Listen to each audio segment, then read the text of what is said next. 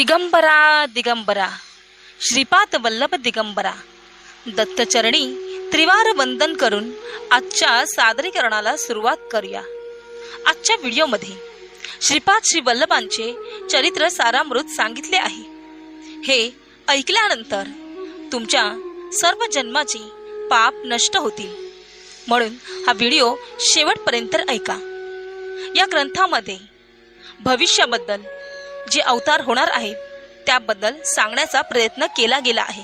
हा ग्रंथ अक्षर सत्य ग्रंथ आहे। हे जे सर्व शब्द कानावर पडताच तुम्ही पुण्याचे भागीदार व्हाल। तुमचं श्रीपाद श्री वल्लभांवरती विश्वास असेल तर आत्ताच व्हिडिओला लाईक करून कमेंटमध्ये दिगंबरा दिगंबरा श्रीपाद वल्लभ दिगंबरा असे टाईप करा, भाग्यवंत ठराल। आणि असेच श्रीपाद श्री वल्लभांचे नवनवीन संदेश पाहण्यासाठी आत्ताच आपल्या चॅनलला सबस्क्राइब करा। श्रीपाद श्री वल्लभ चरित्रामृत ग्रंथ हा अक्षर सत्य ग्रंथ आहे। या ग्रंथातील प्रत्येक अक्षर शक्तियुक्त आहे। या ग्रंथात अनावश्यक वर्णन कोठेच नाही। ग्रंथाचे लेखक शंकर भट आहे। हे विद्वान किंवा पंडित नव्हते, पण श्रीपादांवर त्यांची अत्यंत निष्ठा पाहून श्रीपादांनी त्यांच्यावर कृपा केली। श्रीपाद श्री वल्लभ चरित्रामृत हा ग्रंथ पारायण करून 11 जणांना अन्नदान करावे, म्हणजे फळ तत्काळ मिळते। परम पवित्र अशा भारतवर्षात भगवंताच्या अनेक अवतारांच्या राशी होऊन गेल्या, परंतु भगवान दत्तात्रेय मात्र भक्तांच्या रक्षणासाठी सदैव या भूतलावर वास्तव्य करत असतात। स्मरण करताच प्रत्यक्ष होऊन भक्तांचे अभिष्ट पूर्ण करतात, म्हणून त्यांना स्मृतगामी म्हणतात। अत्रि ऋषी आणि अनुसया यांच्या तपश्चर्येने प्रसन्न होऊन त्रिदेवतांनी अवतार घेतला व भूतलावर दत्त भक्ती रूपी कल्पवृक्ष संवर्धित केला। त्यांचा दुसरा अवतार पूर्व गोदावरी जिल्ह्यातील पीठापूर येथे इसवी सन 1320 मध्ये भाद्रपद शुक्ल चतुर्थी गणेश चतुर्थी या दिवशी अप्पलराज शर्मा तथा अखंड सौभाग्य लक्ष्मी महाराणी सुमती देवी यांच्या पोटी झाला। त्यांच्या बाललीला या प्रत्यक्ष भगवान बालकृष्णांच्या लीलेसारख्या अत्यंत मधुर व अद्भुत आहेत। पीठापुरम येथे 16 वर्षे तर कुरवपुरात 14 वर्षे अशा अवघ्या 30 वर्षाच्या कालावधीत अद्भुत असे लीला चरित्र दाखवून स्वभक्तांना इह परलोकातील शाश्वत सुख प्रदान केले। दृष्ट संहारार्थ व शिष्य रक्षणार्थ हा अवतार घेऊन अनेक अहंकारी लोकांचे गर्व परिहन केले, भक्तांचे अनेक संकटातून रक्षण केले आणि पीठापूर क्षेत्राचा महिमा अनंत पटीने वाढविला।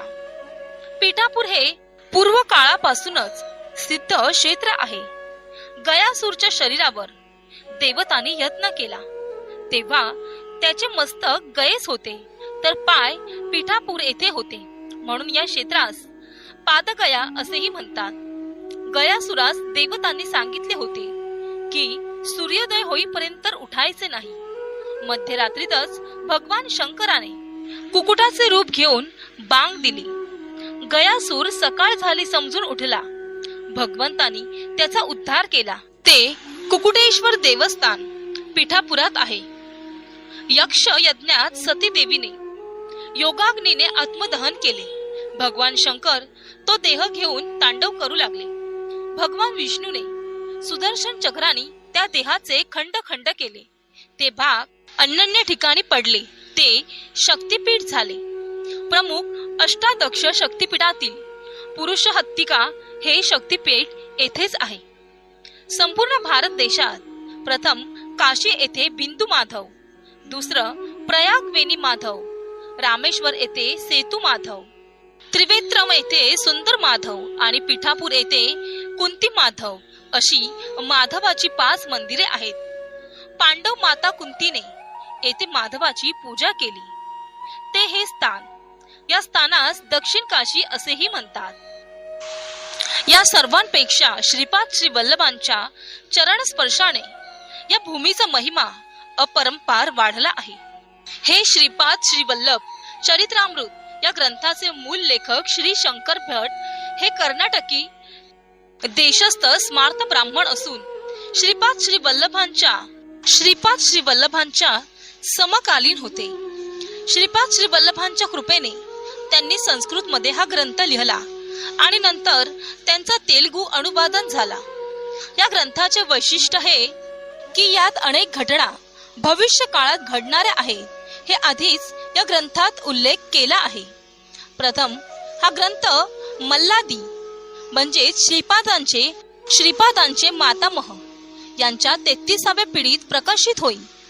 आता सध्या श्री मल्लादी गोविंद दक्षितूळ हे मल्लादी बाप्पन्न वधानलूचे 33वे वंश आहेत. त्यांनीच हा ग्रंथ संस्थानाला दिला. मी पुढचा अवतार कारंजा येथे नृसिंह सरस्वती या नावाने घेईन. माझे स्वरूप माझ्या मातामहासारखे असेल.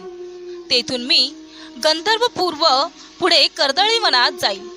तेथे 300 वर्षपर्यंत समाधीत राहीन व नंतर स्वामी समर्थ या नावाने प्रज्ञापूर अक्कलकोट येथे प्रकट होईल.